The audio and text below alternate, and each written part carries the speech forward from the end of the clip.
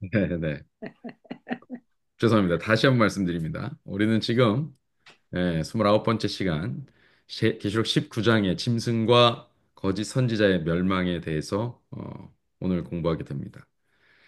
요한계시록의 해석의 원칙과 그리고 구조적 형태 그리고 전체적인 그림을 다 어, 확인하면서 차근차근 일관된 모습으로 해석하지 않으면 우리는 혼란에 빠지고 부분 부분에 등장하는 단어들에 놀라게 됩니다. 그러나 그 모든 것들이 이제 앞에서 계속 우리가 반복했듯이 무슨 구약에 등장하는 단어들이고 그 배경에서 가져와야 되며 그런 원칙. 그다음 계시록이 가지고 있는 구조적 원칙. 예. 그래서 그것을 통해서 일관되게 계속해서 등장하는 그 등장 인물들에 대한 일관된 해석이 적용되어야 혼선이 없습니다. 지금도 이제 짐승과 거짓 선지자의 멸망 이렇게 하면 굉장히 또 새로운 것 같고 갑자기 또 이것은 무엇일까 하고 뭐랄까요? 아무 배경 지식이 없는 것 같은 궁금증이 일어납니다. 사실 계시록의 설교를 여러 번 재림 교인이라면 여러 번 들으셨어요. 그렇지 않은 분들은 뭐 처음 듣는 분도 계시겠지만 재림 교인으로 시간을 오래 이 교회 안에서 보내신 분들은 이 예언 집회를 통해서 여러 번 이게 반복해서 들으신 내용인데도 불구하고 들을 때마다 막 새롭죠. 그리고 들을 때마다 어, 뜬금없는 두려움이 밀려옵니다. 그래서 이것을 어떻게 우리가 일관되게 해석을 하느냐에 따라서 그런 문제가 해결됨과 동시에 이것을 고스란히 우리의 믿음의 어떤 기초, 믿음이 굳어지는 큰 원칙으로 가져올 수 있다라는 것입니다. 자, 오늘 이것도 마찬가지로 그렇게 해석하게 되는데요.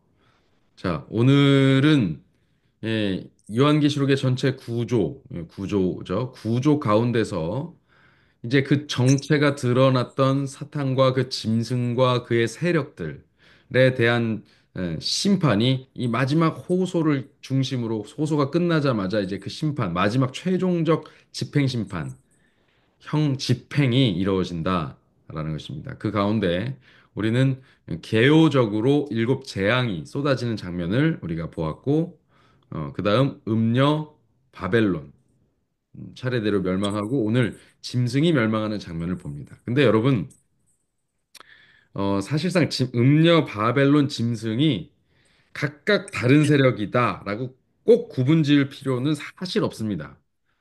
어, 이게 어떤 면에서 집중하고 강조한 면이 있을 뿐이지 등장하는 세력의 모습들 그리고 그 대상은 거의 비슷합니다. 조금씩 구별이 되는데 그 부분을 오늘 좀 확인을 시켜 드리겠습니다.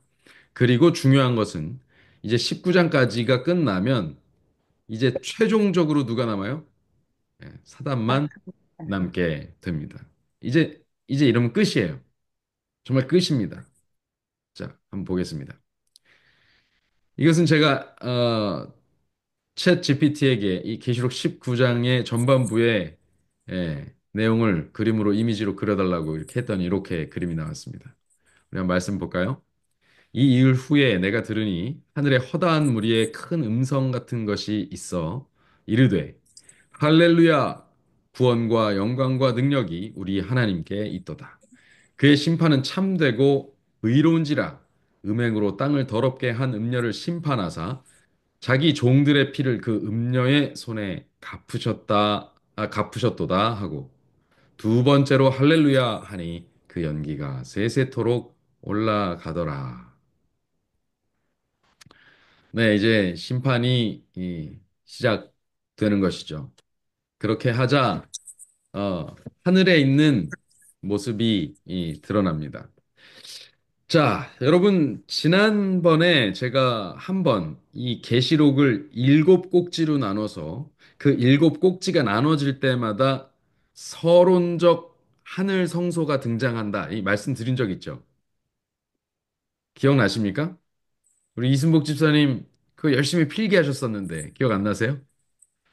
예, 7개의 주제로 나눠지는 그 장면마다 그 서론적 장면이 등장하는데 거기에 서론적 성소의 장면이 등장한다. 하늘 성소의 장면이 등장합니다. 하나님의 보좌가 등장하기도 하고 그 24장로 또 내생물 뭐 이런 것들이 등장하죠. 천사들이 나타나서 찬양하는 장면도 나오고요. 그 서론적 성소가 그래서 7개가 등장하겠죠. 그렇죠? 7개의 주제로 나눠져 있으니까 그 서론적 성소의 제 여섯 번째 서론적 성소가 바로 이 계시록 19장 1절로 10절의 내용입니다. 이것을 뭐 종말의 절정이라고 제목을 붙여보죠. 여러분 아마 성경책에 표기에 놓으셨을 거예요. 이순복 집사님 성경책에 표기돼 있죠. 서론적 성소. 아니, 19장에는 없어요. 19장에는. 19장 1절로 10절 거기에 여섯 번째 종말의 절정이라고 제가 알려드렸었는데 네, 아마 있습니다. 네네 기록하신 분들은 있으실 거예요. 네. 예, 있어요. 예, 옆에. 있죠. 예. 거기 있어요. 자, 그렇습니다. 그래서 19장의 짐승과 거짓 선지자의 멸망은 17장, 18장의 음녀와 바벨론의 멸망에 이어서 등장하는 세 번째 멸망의 대상인데 그러면서 동시에 20장에서 등장하는 사단의 멸망에 대한 서론의 부분이 되기도 하는 것입니다. 그러니까 사단이 멸망하는 게 지금 중요해요. 그리고 그 전에 마치 서곡처럼 사단을 추종했던 자들을 샅샅이 이제 하나님께서 골라서 무너뜨리시는 장면인 것입니다. 궁극적으로 누가 멸망하는 거예요? 20장에 사탄이 멸망해야 되는 것이죠. 그렇죠? 그가 멸망하지 않으면 예, 이 우주적 내란의 수계는 잡히지 않은 거예요. 그 밑에만 이제 부하들만 잡힌 거고 뭐 그렇게 되는 것입니다.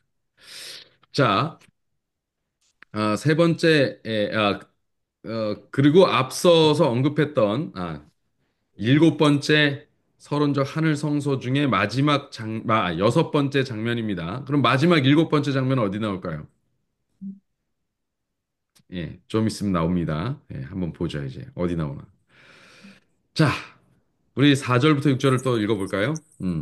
또 24장로와 네 생물이 엎드려 보좌에 앉으신 하나님께 경배하여 어, 이르되 아멘 할렐루야 하니 곧 보좌에서 음성이 나서 이르시되 하나님의 종들 곧 그를 경외하는 너희들아 작은 자나 큰 자나 다 우리 하나님께 찬송하라 하더라. 또 내가 들으니 허다한 무리의 음성과도 같고 많은 물소리와도 같고 우레소리와도 같은 소리로 이르되 할렐루야 주 우리 하나님 곧 전능하신 이가 통치하시도다. 우리가 즐거워하고 크게 기뻐하며 그에게 영광을 돌리세 어린 양의 혼인 기약이 이르렀고 그의 아내가 자신을 준비하였으므로 그에게 빛나고 깨끗한 세마포 옷을 입도록 허락하셨으니 이 세마포 옷은 성도들의 옳은 행실이로다 하더라. 여러분 여기에 4절부터 6절까지의 말씀을 보면 거기에 할렐루야가 등장합니다. 할렐루야. 예. 할렐루야는 원래 히브리어입니다. 아, 히브리어인데 이것을 여기서는 헬라어로 음역해서 사용하고 있습니다. 여러분, 할렐루야가 전체 성경에 몇 번쯤 등장할 것 같으세요? 전체 성경에. 성경 전체를 통틀어서 약 27회가 등장합니다. 아니, 정확히 27회가 등장합니다. 표기하면. 어, 구약 성경에 23번, 그리고 신약 성경에 4번이 등장합니다. 자, 여기 몇 번 등장한다고요? 계시록에? 할렐루야가 4절부터 6절까지 몇 번 등장했어요? 한번 읽어보세요. 찾아보세요. 4절부터 6절까지 할렐루야 몇 번 등장했어요? 한 번.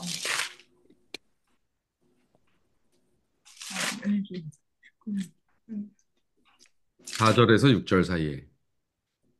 세 번. 한 번이요. 2번. 4절에서 6절은 한 번이고요. 네. 오케이, 오케이. 그다음에 1절에 한 번, 1절에서 6절 사이 한 예. 번입니다. 1절에서 그 6절 사이. 다음에 3절에 한 번. 예. 토탈 4번이요. 그다음에 1절에 한 번 나오죠. 네. 1절에 한 번, 3절에 한 3절에 번, 한 번, 4절에 한 그리고 번. 4절에 한 번, 그리고 6절에 한 번 또 있네요. 예, 한 번 더 나오죠. 자, 그러면 여러분 지금 몇 번 나왔어요? 4번, 네 번 다 나왔죠. 그래서 제가 신약이 몇 번 나온다고요? 4번. 네 번 나온다. 와우. 예, 신약의 유일한 사용처가 바로 여기입니다. 할렐루야라는 단어가 딱 네 번 나오는데 그게 계시록 19장 1절로 6절에 딱 거기에 기록되어 있습니다. 사실 구약도요, 할렐루야라는 단어는 시편에만 나옵니다. 다른 곳에는 나오지 않아요. 23번이 다 시편에 기록되어 있습니다. 그렇게 뭐 상식적으로 그냥 알아두시면 좋겠습니다. 그러니 이 할렐루야가 얼마나 중요해요. 예. 지금 왜 이 할렐루야가 여기서 등장할까요? 이전에도 큰 소리로 찬양하고 하나님께 영광을 돌리는 찬양이 있었어요. 그렇죠? 계시록 앞에 계속 있었잖아요. 서론적 성소가 등장하면 한 번씩 이런 내용들이 있었단 말이에요. 그런데 유독 여기에만 할렐루야가 있어요. 왜 그럴까요? 오늘 이 장면이 매우 중요하기 때문에 그렇습니다. 매우 중요하기 때문에. 왜 매우 중요하냐? 바로 이 장면이 예수님의 재림을 상징하는 장면이기 때문에 그렇습니다. 바로 이어서 등장하는 장면이 무슨 장면이에요? 여기 어린 양의 뭐가 이르렀다고요? 어린 양의 혼인잔치. 혼인 기약이 이르렀고 그래서 그 잔치를 하기 때문에 세마포 옷, 이 세마포 옷 하니까는 빛나고 깨끗한 세마포 옷을 입는다. 이 마치 뭐가 생각나세요? 마태복음과 누가복음에 등장했던 혼인 잔치에는 뭐가 필요했어요? 거기 들어가려면 뭘 입어야 돼요? 예복. 예복을 입어야 돼. 예복 떠오르지 않으세요? 지금 당장 옷부터 등장하잖아요. 잔치 네. 가는데 옷부터 등장해요. 다른 얘기가 아니에요. 초청장 있냐 없냐 뭐 이런 거 물어보지 않고 예복 입었나 이렇게 물어봐요. 그 여기에 세마포 옷이 등장해요. 그러니까 이들이 입고 있는 옷도 중요하고 다 중요해요. 자, 지금 이것은 예수님이 재림하시는 장면이고 재림하시는 장면에서 일어나는 일들을 혼인잔치에 비유한 그대로 지금 계시록에 다시 계시가 되고 그리고 거기에서 등장하는 단어가 예, 그의 아내가 자신을 준비하는데 뭘로 준비해요? 세마포 옷으로. 근데 세마포 옷을 또 해석까지 해놨어요. 세마포 옷은 뭐라고 돼 있어요? 여기 보니까 옳은 행실. 성도들은 성도들의 옳은 행실이다. 자, 이렇게 해석해놨습니다.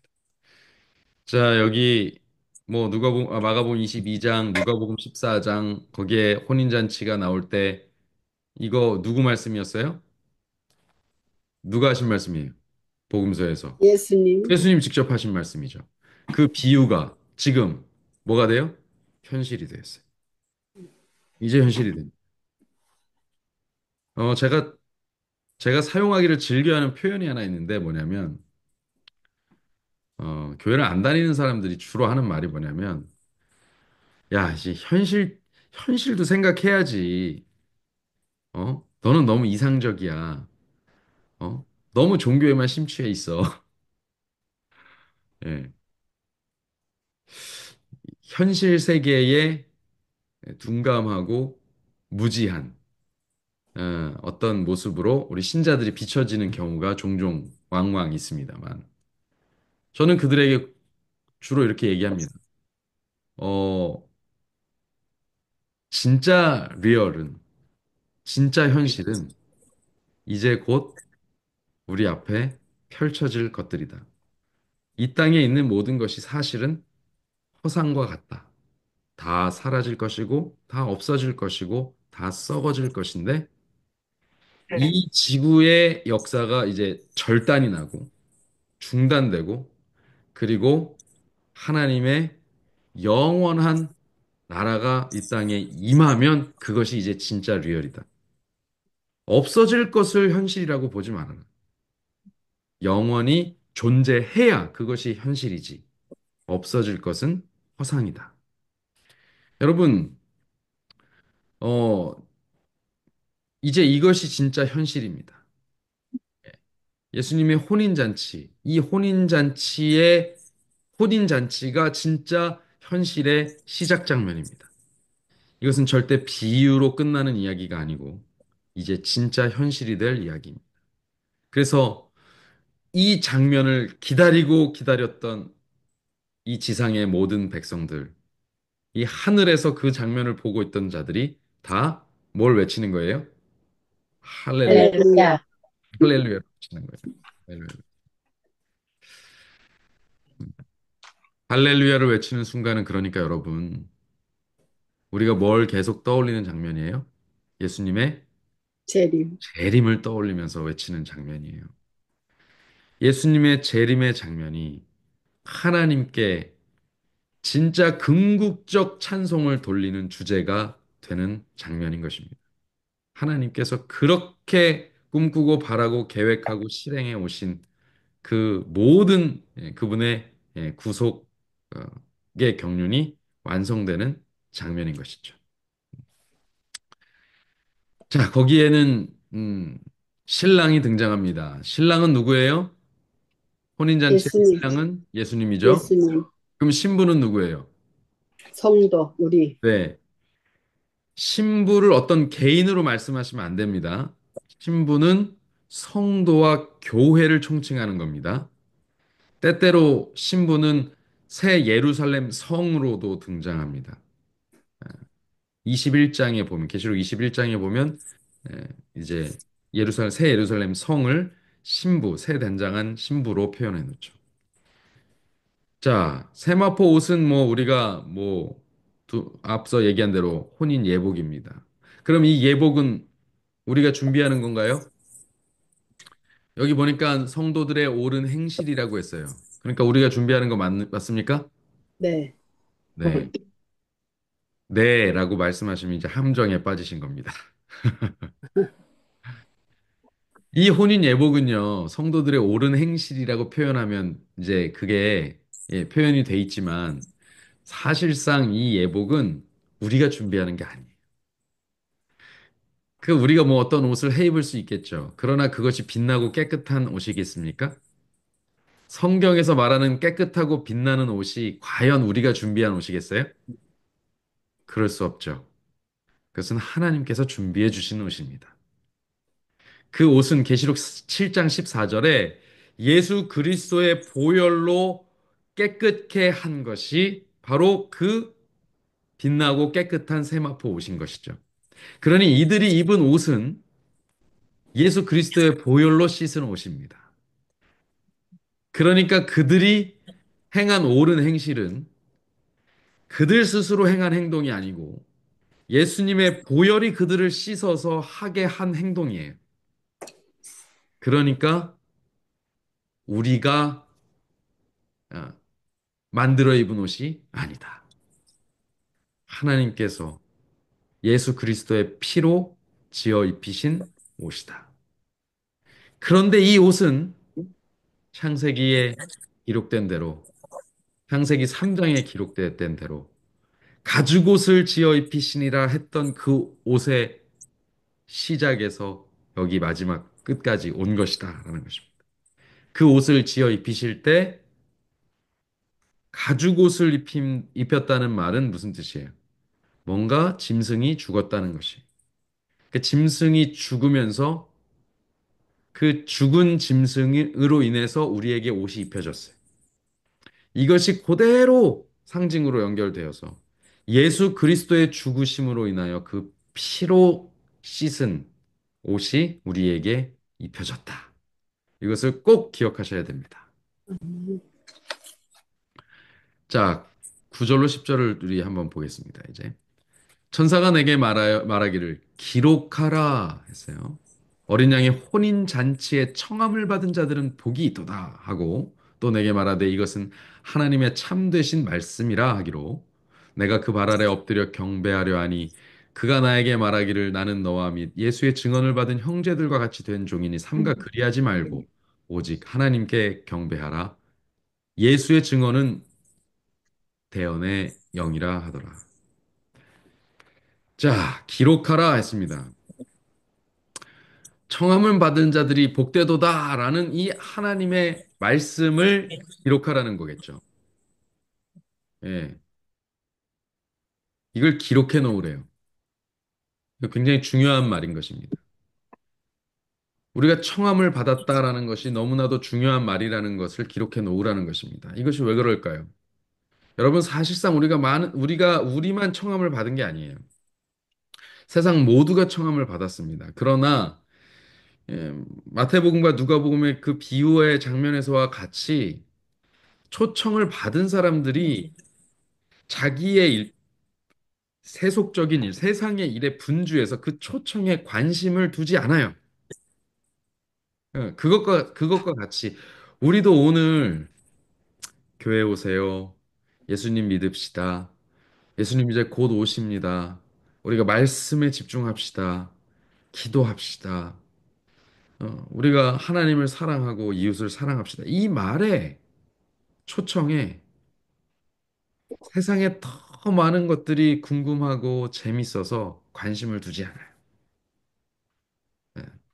그러면 그 청함이 정말로 무의미해지겠죠. 그래서 지금 천사는 기록하라 합니다.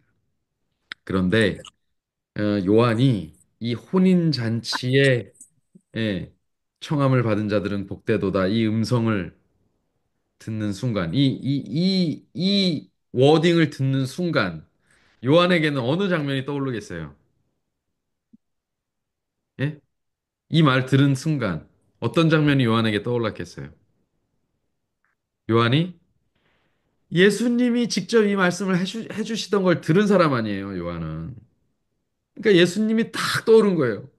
그러니까 그게 너무 북받쳐가지고 이 말씀을 듣는 순간 우 하고 북받쳐가지고 거기서 엎드려서 경배를 하려고 했어요. 예수님인 줄 알고. 예수님인 줄 알고. 이제 예수님이 지금 여기 보면 이 요한계시록에 계속 반복해서 천사들이 등장하죠. 근데 어떤 천사들은 그 나타났는데 그 형상이 천사로 나타난 것 같지만 힘센 천사 뭐 이렇게 나타났지만 사실 알고 보니 누구였어요? 예수님이죠. 알고 보니 예수님인 천사가 있고 진짜 천사가 있고. 예. 그러니까 이 천사도 혹시 예수님인가 해서 엎드려서 경배를 하려고 했던 것 같습니다. 제가 이 문맥상 지금 보면 그래요. 뜬금없이 경배하려고 들잖아요. 그러자 그가 나한테 경배하지 말아라. 나는 너와 또 너의 형제들과 같이 된 하나님의 종일 뿐이다. 난 진짜 부리시는 종이다. 라고 하면서 경배하지 말고 하나님께만 경배하라. 이렇게 이야기를 합니다. 그, 그런데 여기 갑자기 19장 10절 마지막에 예수의 증언은 예언의 영이라 하더라. 여러분, 이 보세요. 지금 이 문장을 잘 보세요. 이 문장이 쭉 진행되다가 어디에 이것과 관련된 문장이 앞에 있었습니까? 오직 예수의, 하나님께 경배하라. 이게 예수의 증언은 예언의 영이다라는 말이 이 앞에 어느 것과 연관이 있겠어요? 지금 이 워딩이 갑자기 튀어나와서 이게 사실은 문맥적으로 연결되지는 않아요. 그리고 굉장히 그래서 이 말이 갑자기 툭 튀어나온 수수께끼처럼 등장합니다. 네. 그래서 이 말씀을 보면, 요거는 지금 굉장히 뜬금없어요. 그러나 우리가 이 말씀과 유사한 말을 계시록 12장 17절에서 봤습니다. 계시록 12장 17절 한번 보실까요? 계시록 12장 17절 한번 보십시오. 자, 우리 이순복 집사님 읽어 주시겠어요? 계시록 12장 17절. 용이 여자에게 분노하여 돌아가서 그 여자의 남은 자손 곧 하나님의 계명을 지키며 예수의 증거를 가진 자들로 더불어 싸우려고 모래 바다 위에 섰더라. 네. 이 계시록 12장 17절에는 여자의 남은 자손들의 특성이 등장합니다. 그 여자의 남은 자손이 등장하는데 그들의 특성이 뭐냐면 하나님의 계명을 지키며 예수의 증거를 가졌어요. 자, 그런데 여기 보니까 예수의 증거는 뭐라고요? 예언의 예언의 영. 영이다. 이렇게 돼 있어요. 똑같은 단어입니다. 똑같은 단어. 예수의 증거. 예수의 증언. 뭐 다른 이렇게 조금 바꿔놨어도 이게 똑같은 단어입니다. 그것이 뭐라고 됐냐면 Spirit of Prophecy. 예언의 신, 예언의 영, 예언의 성령입니다.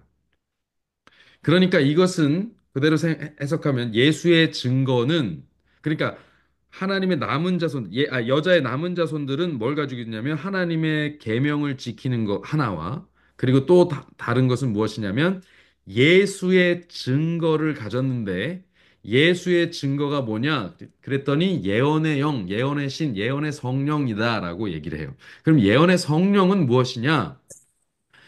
그것은 성령의 많은 역사 중에 예언과 관련된 성령의 역사, 그리고 그것을 받은 사람, 혹은 그것을 받은 사람의 글을 뜻하는 것이겠죠. 그 예언의 역사, 예언의 영의, 예언의 성령의 역사를 받은 사람을 우리가 뭐라고 부르냐면 선지자라고 부릅니다. 예언의 영은 Spirit of Prophecy라고 해요. 그런데 선지자를 우리가 뭐라고 불러요? Prophet이라고 불러요. 네. 그러니까 그 예언의 영의 역사를 받은 사람을 예언자, 대언자, 선견자 혹은 선지자라고 부릅니다. 이게 예언자, 미리 예자, 말씀 언자, 미리 말하는 사람. 그 다음에 선견자, 뭐예요? 미리 앞선자, 그리고 먼저 선자, 그리고 볼 견자. 미리 본 사람. 그리고 선지자 뭐예요? 아는 사람. 예, 음, 알지자. 그러니까 미리 아는 사람. 다 같은 뜻이에요. 한국말로는 다 다르게 해놨지만 사실은 영어로 prophecy예요. 그리고 때로는 foreteller라고도 말합니다. foreteller 뭐래요? 미리 말하는 사람. 예언자. 자, 음, 다 같은 말입니다. 다 같은 말이에요. 선지자의 영이나 선지자의 말씀, 즉 많은 성경에 등장하는 선지자들 혹은 그들의 글들과 같은 것들을 말하는 거예요.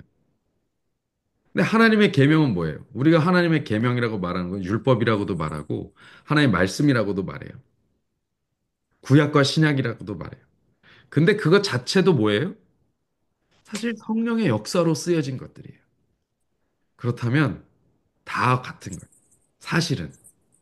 그러나 굳이 구별하자면 여기서 강조하자면 성령이 예언하시게 해서 그 말에 대하여 전파하거나 전달하거나 기록한 사람들의 어떤 것들을 말하는 것입니다. 그래서 우리는 마지막 시기에 이 시대에 꼭 맞는 성령의 예언의 역사가 있을 것이다라고 하는 것을 믿고 있었습니다.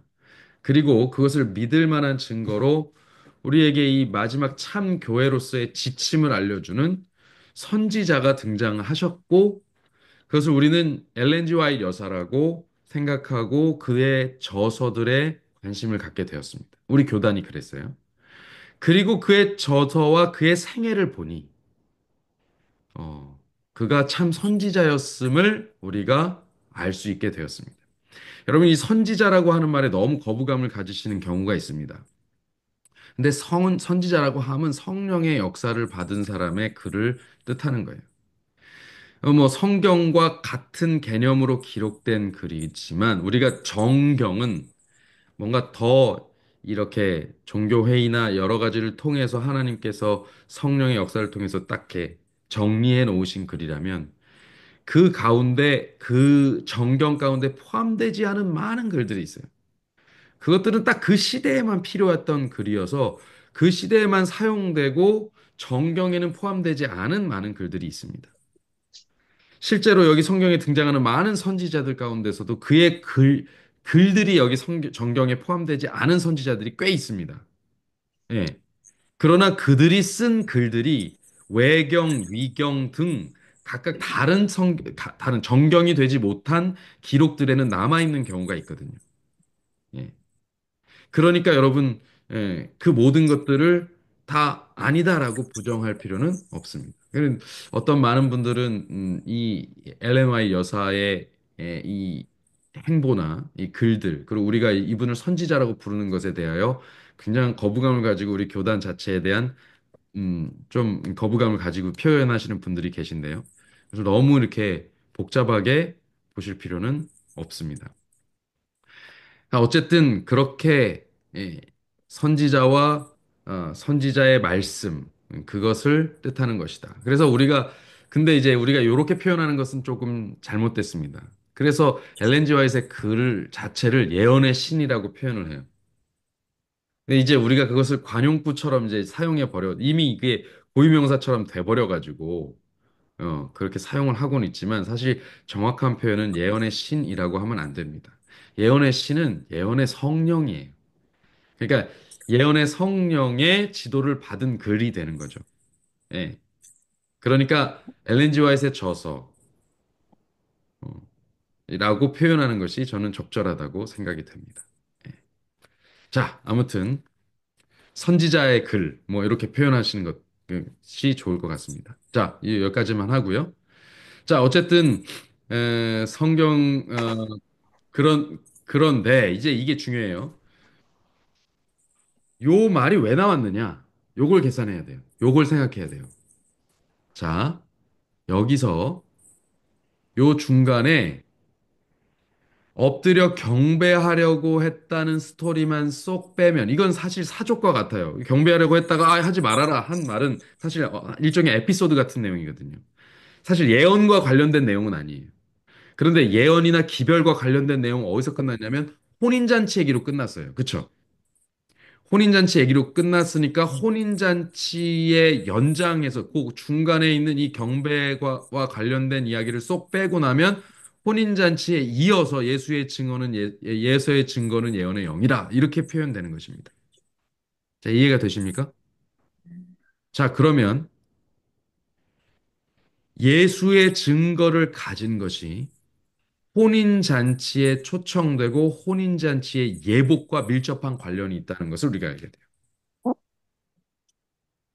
자, 이렇게 연관 지을 수가 있어요. 이해가 되십니까? 그러니까 혼인잔치에 참여한 예복은 이 성도들의 옳은 행실이라고 했는데 그것은 그리스도의 피에 빨아서 깨끗하게 입은 옷을 입고 있는 것이니까 결국 그 그리스도의 공로에 의지한 그리스도인들의 삶을 말합니다. 그런데 그 삶이란 어떤 삶을 말하는 것이냐? 예수의 증거를 가진 삶을 말하는 것이다 라는 것입니다. 그 예수의 증거를 가진 삶이란 어떤 삶이냐? 마지막에 예언의 영이 지도하시는 대로 사는 삶을 말한다라는 것입니다. 어린 양이 어디로 인도하시든지 간다라는 거. 어디로 인도하셔요? 자, 구체적인 게 뭐냐면 바로 이 마지막 시대에 맞는 예언이 주어지는 것을 따라서 간다는 것입니다. 시대가 많은 혼란과 불안을 조장하고 아주 예, 이 세계가 난리와 난리의 소문으로 가득 차 있어요. 예. 모두가 흔들립니다. 또, 또 우리가 혼인잔치 하면은 또 그 장면이 생각나죠. 슬기로운 처녀와 미련한 처녀의 이야기. 그쵸? 다 졸며 잘세. 다 졸고 잡니다. 이렇게 혼란하고 이렇게 불안한데 그거를 잊으려고 다 어디에 빠져 있냐면 그저 잠에 빠져 있어요. 여기서 잔다는 것은요. 진짜 깨어서 맞이할 현실에 눈을 감는다는 거예요. 아까 전에 말씀드린 현실은 뭐예요? 돌나라가 오는 것입니다. 하나님이 세우실 나라, 영원한 나라가 이 땅에 세워지는 것이 현실이에요. 그런데 그 현실에 눈을 감고 예수님의 재림의 소식에 자꾸 귀를 닫고 뭐에 집중하는 거예요? 허상에 집중하는 거예요. 돈에 집중하고. 썩어질 것들에, 물질에 집중하고, 내 외모에 집중하고, 어, 내 명성에 집중하고, 내 먹거리에 집중하고, 내 욕심과 욕망에 집중하고. 여러분, 이것이 오늘날 우리의 모습인 거예요. 그러나 그것들은 다 허상이라는 거예요. 다 없어질 것들입니다. 그것을 경고하는 메시지들, 그것과는 다른 행보를 살아가라고 하시는 예언들. 여러분, 우리가 엘렌 화이트의 저서들을 읽어보면 얼마나 세상과 반대되는 이야기를 하는지 몰라요. 여러분, 정말로 반대되는 이야기 투성입니다. 그 당시에 위생관념이 약할 때 위생에 대한 얘기를 했어요. 건강에 대한 얘기를 했어요. 그게 벌써 200년 전 얘기입니다. 놀라운 일이에요. 교육에 대한 놀라운 지침을 주었습니다. 이 세상과 반대되는 이야기들을 너무 많이 했어요. 그때 당시에 우유와 계란까지도 오염될 것에 대한 이야기를 했어요. 요즘 보세요. 계란 파동 났죠? 이거 우습게 보시면 안 돼요. 이런 일들이 과거엔 없던 일들이에요. 잘 생각해 보세요. 우리가 채식한다고 뭐 이렇게 하지만 채식의 중요성을 막 강조해서 하죠. 근데 우유와 계란은 먹고 하는 정도의 채식을 하는 경우도 있습니다. 근데 지금 요즘 우유 어떻게 믿어요? 항생제로 뒤범벅된 그 우유. 그리고 계란 어떻게 믿어요? 지금 파동이 났는데. 우리가 먹고는 있지만 이제는 세상에 아무것도 믿을 것이 없는 것입니다. 먹을 것조차도 믿을 수가 없어요. 숨 쉬는 공기는 믿을 수 있습니까? 아니요. 여기 얼마나 많은 병균들이 돌아다니고 얼마나 많은 세균들이 돌아다닙니까? 우리는 이 환경적으로 완전히 악해져서 이미 우리가 수명이 늘어났다고 하지만 이 약기운으로 버티는 것이고 사실상은 굉장히 건강하지 않은 상태로 수명만 길게 늘어뜨린 고령화되어 가는 세계에 살고 있어요. 그러니까 마치 우리가 이 세상이 굉장히 윤택해지고 굉장히 건강해진 것처럼 착각에 빠지게 만들지만 사실은 그렇지 않습니다. 더 많은 세균과 병균들, 그리고 그것이 신속하게 옮겨 다닐 만큼의 빠른 교통과 연락이 우리 사이에 있기 때문에 우리는 그것을 벗어날 수가 없어요. 여러분, 이럴 때일수록 예언의 영에 집중. 그것이 예수의 증거로서 우리에게 남을 것이고 그것이 곧 우리가 남은 자손이라는 증거. 그것이 곧 우리가 혼인 잔치의 예복을 입는 우리의 행실을 결정하는 일이라는 것을 여러분 기억하셔야겠습니다. 자, 그런데 여기까지 보면 이제 이것이 서론적 성소라고 말씀드렸어요. 근데 서론적 성소에 항상 등장하는 인물이 있었는데 그게 누구냐면 24장로. 등장했던 거 기억나십니까? 24장로. 천사들. 특히 네 생물들 등장했던 거 기억나세요? 네 생물? 계속 반복해서 나왔죠? 네 생물. 예. 그룹 천사, 스랍 천사들 뜻합니다. 그리고 등장하는 인물이 있는데 바로 어린 양이에요. 어린 양. 근데 여기 보세요. 1절부터 10절 사이에 어린 양의 모습이 등장합니까? 안 합니까? 어린 양에 대한 이야기는 등장하지만 어린 양의 형상이 어린 양의 그 현현이 등장하지 않아요. 어린 양의 존재가 지금 안 보이죠. 이거 어떻게 된 것일까요? 성소인데 성소인데 왜 어린 양의 모습이 보이지 않습니까? 왜 그럴까요? 왜 그럴까요? 아직 어린 예수님이 재림하지 않았나요? 네, 정답입니다. 예수님이 재림하신 게 아니에요. 재림하시는 장면이에요. 예수님이 재림하시는 장면을 그리고 있기 때문에 예수님의 모습이 지금 여기 하늘 성소에 보이지 않는 것입니다. 당연히 그래야죠. 그렇죠? 계시록 15장 18절. 우리가 이미 그곳에서 그 일곱 대접의 서론적 하늘 성소를 보면서 거기 뭐가 있었어요? 성전의 연기가 가득 차게 된 장면을 기억하십니까? 그것이 무엇을 뜻한다 그랬어요? 이것이 지성소 사역을 포함한 모든 성전 사역이 끝났다는 것을 의미한다라고 했습니다. 그러니까 이미 어린 양은 이 땅으로 출발을 하셨어요. 그렇기 때문에 더 이상 거기 계시지 않는 것입니다. 하늘은 이 어린 양이 그의 신부를 데리고 올 것에 대해서 지금 준비하고 있는 것입니다. 자, 그 장면이에요. 그러니까 찬양하고 화답하며 할렐루야 외친 게 뭐예요? 예수님 출발하신 장면 보면서 할렐루야 외치는 거예요. 아, 끝났다. 다 이루어졌다. 이제 신부를 맞이하는 진짜 혼인잔치가 이제 시작된다. 이렇게 할렐루야 외치는 것입니다. 자, 그 장면이에요. 정말 영광스러운 장면 아닙니까? 자, 그리고 나면 이제 이 장면이 등장합니다. 본격적으로 짐승 그리고 거짓 선지자들의 심판이 시작됩니다. 하늘이 열린 것을 보니 보라 백마와 그것을 탄 자가 있으니 이제 지상의 하늘이 쫙 열리면서 그쪽에 백마를 탄 자가 쫙 등장해요. 요즘 여러분 잘 아시는 그 신천지 그 아시죠? 신천지. 거기에 그 교주 이만희가 뭐라고 불리냐면 절대 그리스도라고 그를 부르지 않아요, 사람들이. 그런데 뭐라고 불러요? 백마탄자라고 불러요. 백마탄자. 그래가지고 실제로 그 이만희가 타는 백마가 있습니다. 실제 백마가 있어요. 그리고 백마를 막 타고 다녀요. 예. 그 장면을 막 영상으로 찍어 놓은 게 제가 본 일이 있습니다. 얼마나 웃긴지. TV에서 PD 수첩인 거에서 나왔던 것 같아요. 절대 예수님이라고는 부르지 않아요. 그러나 백마를 타고 등장해요. 지금 그 백마 탄 자가 누구라고요? 예수님. 대림하시는 예수님이에요. 그러니까 얼마나 그게 참남된 말과 행동과 표현입니까? 그 이름은 충신과 진실이라 그가 공의로 심판하시며 싸우더라. 이거 미가엘이 하시는 일입니다. 우리의 군대 장관, 군대의 대장 미가엘. 그분의 모습이죠. 예. 그 눈은 불꽃 같고 그 머리에는 많은 관들이 있고 이 관이 뭐예요? 면류관입니다. 면류관. 왕관들이 있고 또 이름 쓴 것이 하나 있으니 자기밖에 아는 자가 없고 예. 뭐 이름을 쓰셨어요.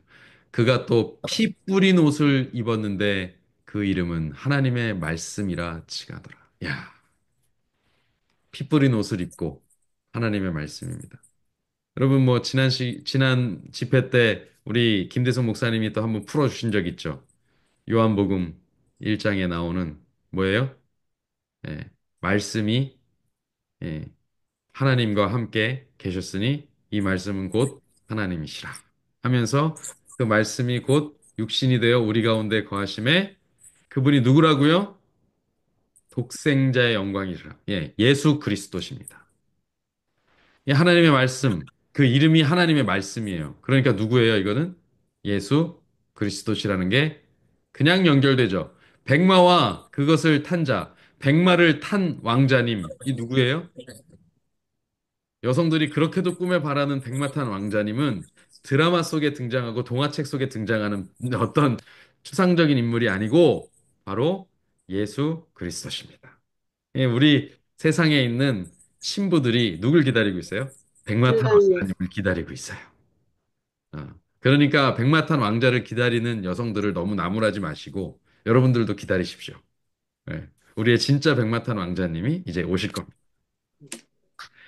자, 그분은 20절쯤에 보면은 이제 이렇게 나옵니다. 그분이 15절이죠. 15절 보겠습니다. 15절 보겠습니다. 죄송합니다. 예, 그가 희고 깨끗한 세마포 옷을 입고 하늘의 군대들이 따라오고요. 그의 입에서는 뭐가 나온다고요? 예리한 검, 검이 나오고 그것으로 뭘 친다고요? 막, 만국을 치겠고 또 뭐로? 철장. 철장이 뭐예요? 장. 장자가 지팡이 장자입니다. 철로 된 지팡이. 그걸로 다스리신다는 거예요. 엄하게 다스리시고 강력하게 다스리시고 하는 것입니다.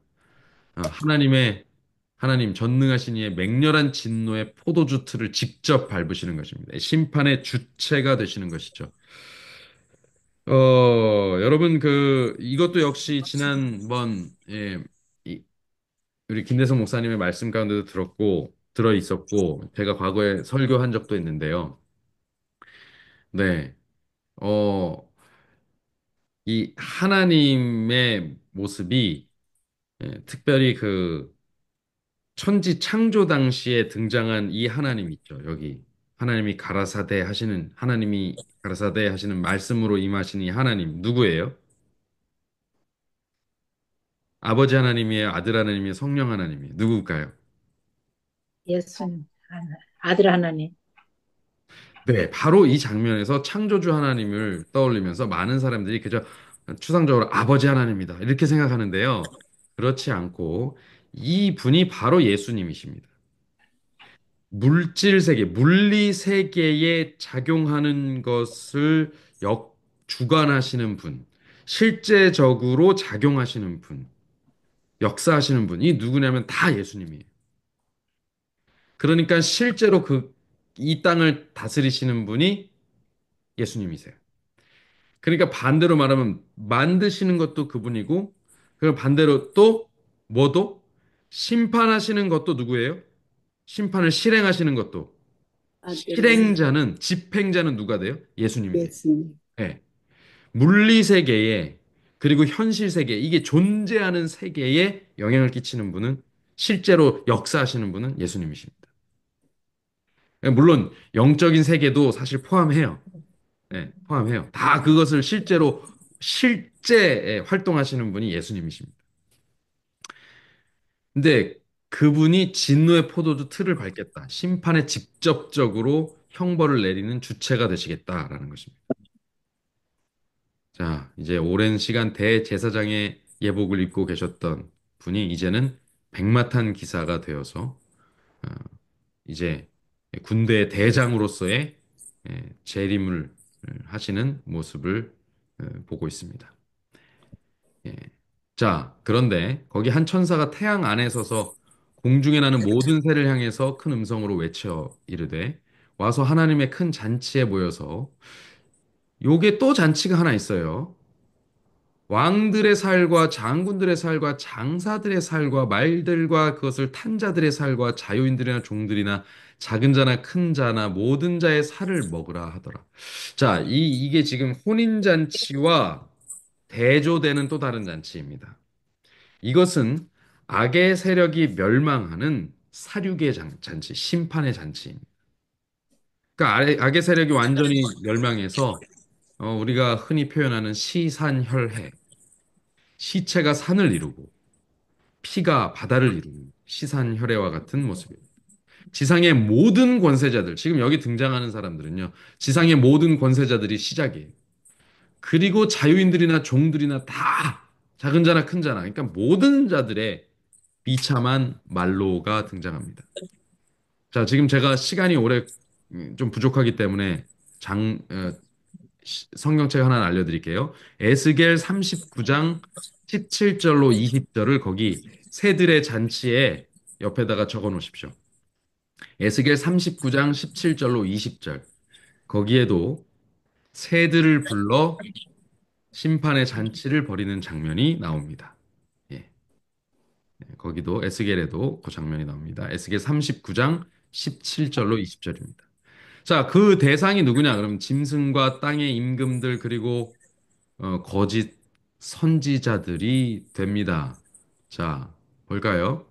짐승과 땅의 임금들과 그의 군대들이 모여 그 말탄 자와 그의 군대와 더불어 전쟁을 일으키다가 그 말탄 자는 누구냐?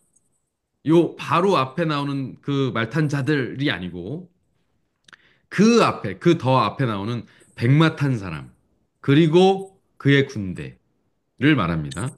더불어 전쟁을 일으키다가 그게 이 대쟁투가 벌어진 것을 뜻하죠. 짐승이 이제 잡혀요. 그리고 그 앞에서 표적을 행하면서 짐승과 더불어서 막 짐승을 홍보하고 막 짐승의 일을 막 앞에서 행동대장으로 움직이던 거짓 선지자도 함께 잡혔다. 이렇게 됩니다. 자, 그럼 짐승은 누굽니까? 짐승. 자, 앞에서 제가 서두에서 말씀드린 대로 뜬금없는 해석하면 안 돼요. 짐승 누구예요?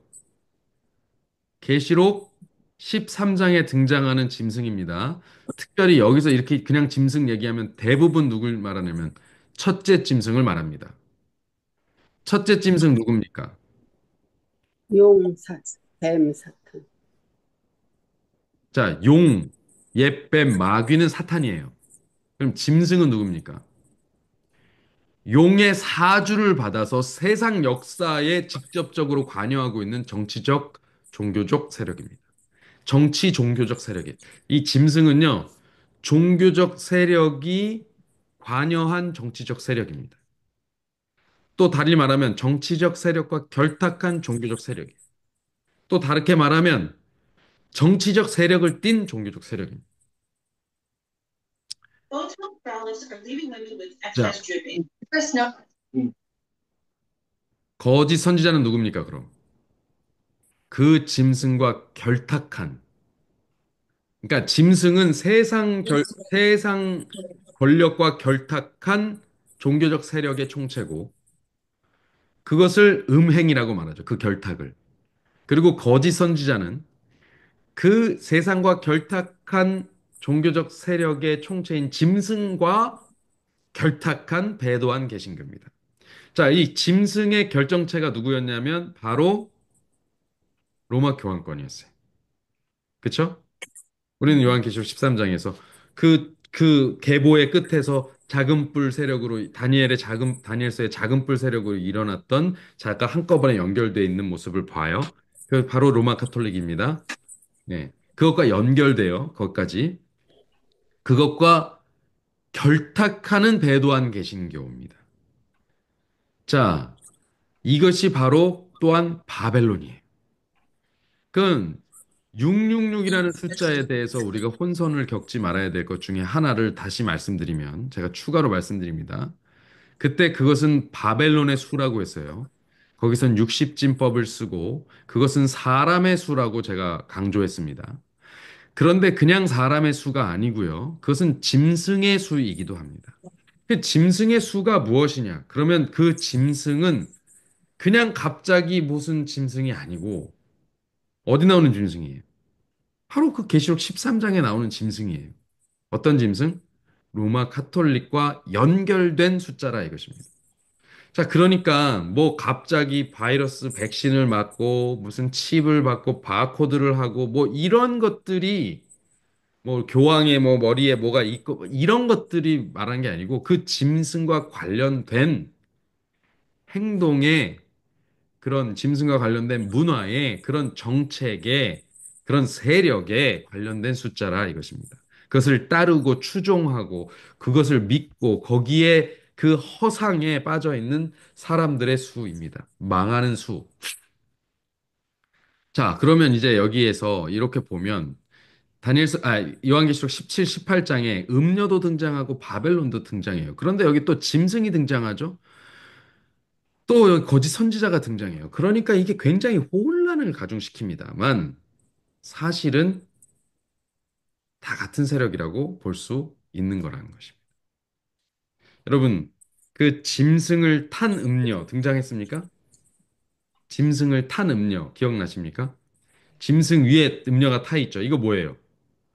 사실 짐승이 정치적 세력의 어떤 모습을 가지고 있는 건데 그 위에 조종하는 것이 음녀, 곧 정치적 권력입니다. 아니, 종교적 권력입니다. 이걸 또 합쳐서 짐승이에요. 그러니까 짐승인 것만으로 보이지만 사실은 음녀가 타 있다는 것이 이것이 요한계시록에 얘기하고 싶은 거예요. 그런데 나중에 17장 16절에 보면 그 음녀의 정체가 발각돼요. 그러니까 다시 말하면 이 정치적 권력을 좌우하면서 이거를 막 이끌어가던 존재가 그 위에 음녀였다는 사실이 밝혀지면서 그 음녀가 정치적 세력에 의해서 공격을 받습니다. 벌겨벗겨지고 이제 죽임을 당하죠. 그런데 그 종교적 세력이란 것은 누구의 사주를 받은 거예요? 용, 옅뱀, 마귀의 사주를 받은 거지 않습니까? 그러니까 결국 그 사주를 받은 정치적 권력, 종교적 권력이 누구를 또 그 정치적 권력을 휘둘렀다. 근데 그들이 세상의 주인이었다. 예, 주인 행세를 했다. 그거잖아요. 그러니까 지금 하는 심판, 짐승과 땅의 임금들과 그리고 거짓 선지자들에 대한 심판은 곧 용의 사주를 받은 자들에 대한 총체적 심판이다.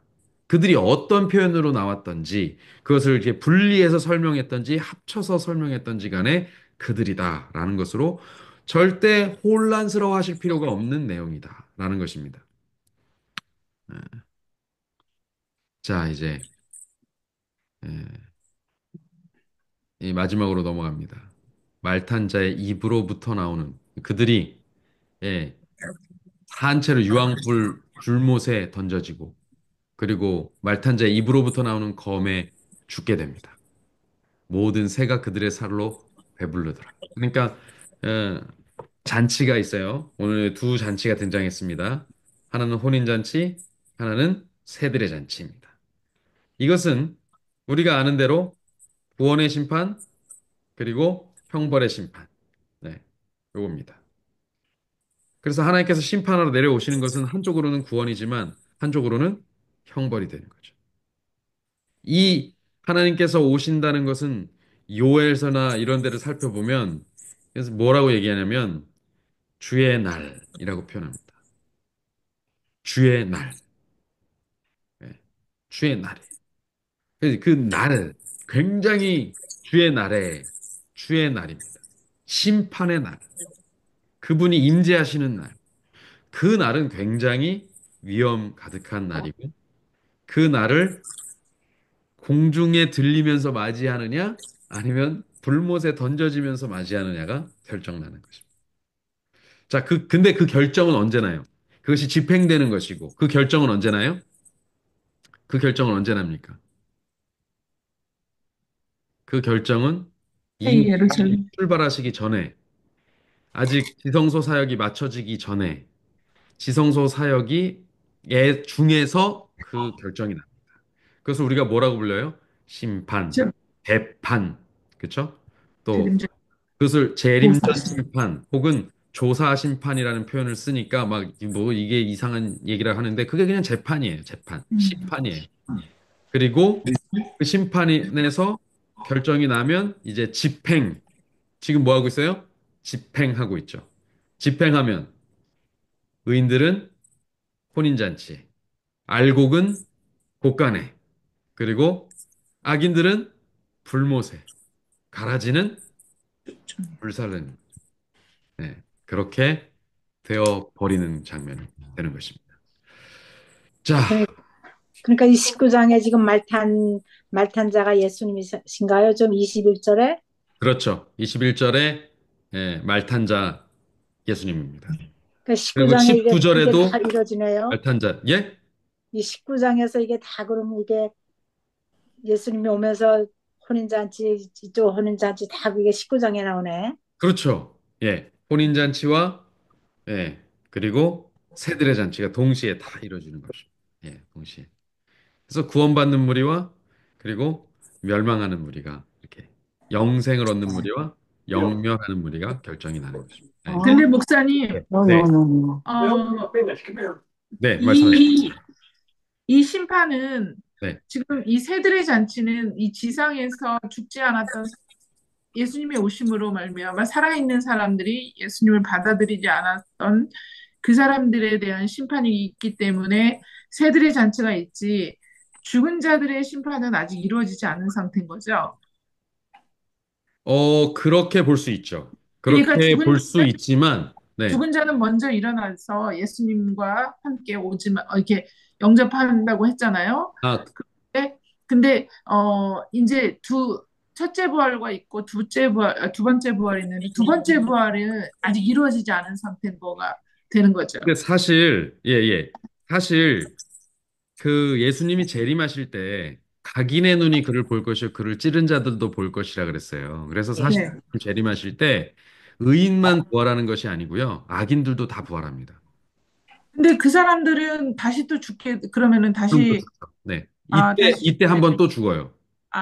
그리고 근데 나서 그게 다시 천년 후에 다시 일어났다가 다시 죽어요. 근데 세 그거는 번 일어나요. 일부 사람이지 않나요? 전체 사람이 아니라 그 예수님의 십자가의 처형에 참여했던 사람들만 일시적으로 몇몇 부로 어, 예수님께서 말씀하신 그들만 네가 어, 예수님이 오시는 걸 보리라고 그런 사람 일부 사람들만 그런데 그런 거 거기에 네.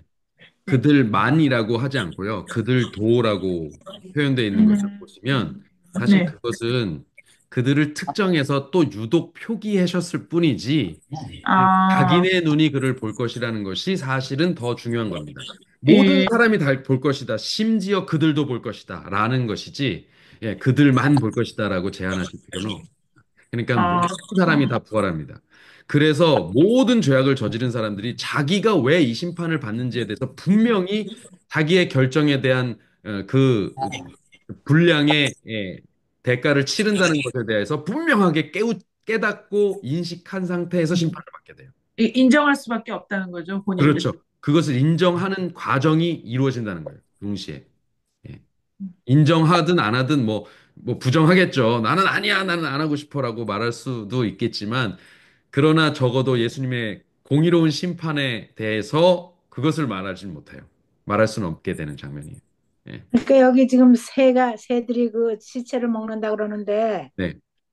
그럼 아직도 이 세상이 완전히 멸절되진 거는 자, 아니네요. 새들이 그 시체를 먹는다는 것은요, 예전에 이제 전쟁을 벌이고 나면 거기에 시체들이 시산혈애를 이루지 않습니까? 그러면 다 새들이 달겨들어서 독수리와 까마귀들이 쪼아먹고 했어요. 이제 그런 것을 형상화하는 상징입니다. 그래서 상징. 심판이 이루어지고 다 죽고 나면 새들이 잔치를 벌인다는 것은 굉장히 은유적이고 상징적인 표현이에요. 그러니까 이 심판에 대한 비유적 표현이다라고 받아들이시면 돼요. 실제로 새들이 쪼아먹는 게 아니고요. 예, 상징입니다. 예, 그들의 심판이에요. 그것을 명칭한 게 계시록에서 이 명칭을 쓴 것입니다. 표현을. 네, 네. 네. 자, 오늘 여기까지 하겠습니다. 이제 정말 끝으로 달려가고 있습니다. 이제 딱 한 놈 남았습니다. 20장 다음 주에 계속 보도록 하겠습니다. 오늘 21장도 있는데요. 20장 한 놈 남았다고요. 한 놈. 네. 20장 한 놈 딱 남았는데 그거 끝나면 이제 21, 22장은 오케이. 뉴월드. 아멘. 네. 자, 끝나고 뭐 혹시 질문이 필요하신 분은 더 하셔도 좋고요. 오늘 여기서 마치겠습니다. 자, 우리 어, 오늘 시간이 되어서 이제 기도 마치겠습니다. 주님, 주님 오시는 장면을 상상만 해도 이토록 기대되고 흥분되고 또 벅차오릅니다. 그런데 이 말씀에서 잠깐 눈을 돌리면 또 우리는 우중충하고 황량하고 답답한 세상을 대하게 됩니다. 주님, 그러나 이 어두운 곳에서 저희더러 빛 그리고 소금이 되라고 말씀하셨습니다. 이제 주님의 광명한 그날을 기다리며 오늘 우리가 남은 무리로서 우리의 남은 시간들을 어린 양이 어디로 인도하시든지 따라가며 그 사명 감당하는 종들로 살아가게 하여 주시옵소서. 아멘. 주님, 이 같은 기별과 복음을 알게 하셨으니 감사합니다. 구속의 이 놀라운 역사들을 깨닫게 하시니 감사합니다. 오해 없이 받아들일 수 있게 하시니 감사합니다. 주님, 속히 오시고 우리가 할렐루야 주를 맞이하게 하여 주시옵소서.